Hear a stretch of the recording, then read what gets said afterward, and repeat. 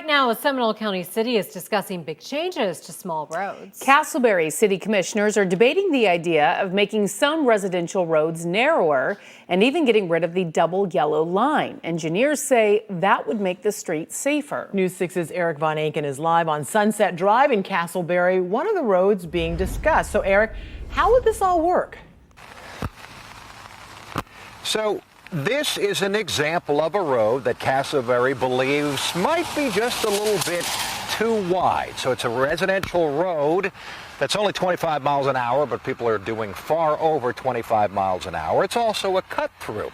I ran my tape measure across the street here, and this road measures out at exactly 28 feet wide. Now, the city is discussing the idea of making this only 20 feet wide, and you see that double yellow line out there erasing that entirely.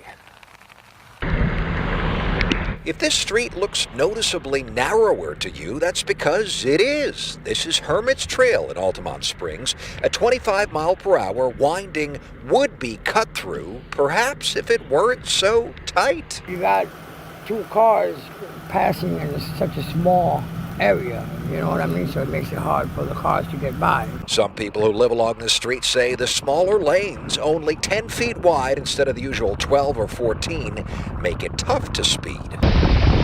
And notice something else. There is no double yellow line. The city of Casselberry points to this street as a success story, saying research shows that a double yellow line actually encourages speeding and reduces safety, and wider streets increase speed and the risk of injuries and fatalities. Casselberry city engineers say major arteries like 1792 would not change, but on the smaller residential 25-mile-an-hour streets, like so many in Casselberry, they would force drivers to slow down just by designing them differently, leaving off the double yellow and squeezing down the streets. Does this slow people down? Yes, it does.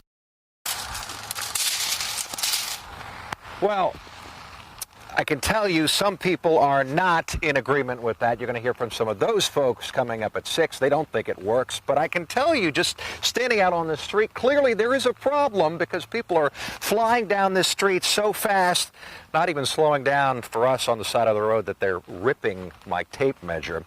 The city commission tonight is just discussing the idea. There is no vote, but if you'd like to head down, the commission chambers are up the street. They're here in Casselberry. The meeting starts at 5. You can be part of the discussion. For now, live in Casselberry, Eric Von Aken, News 6 getting results. Better the tape measure than you. Eric, thank you.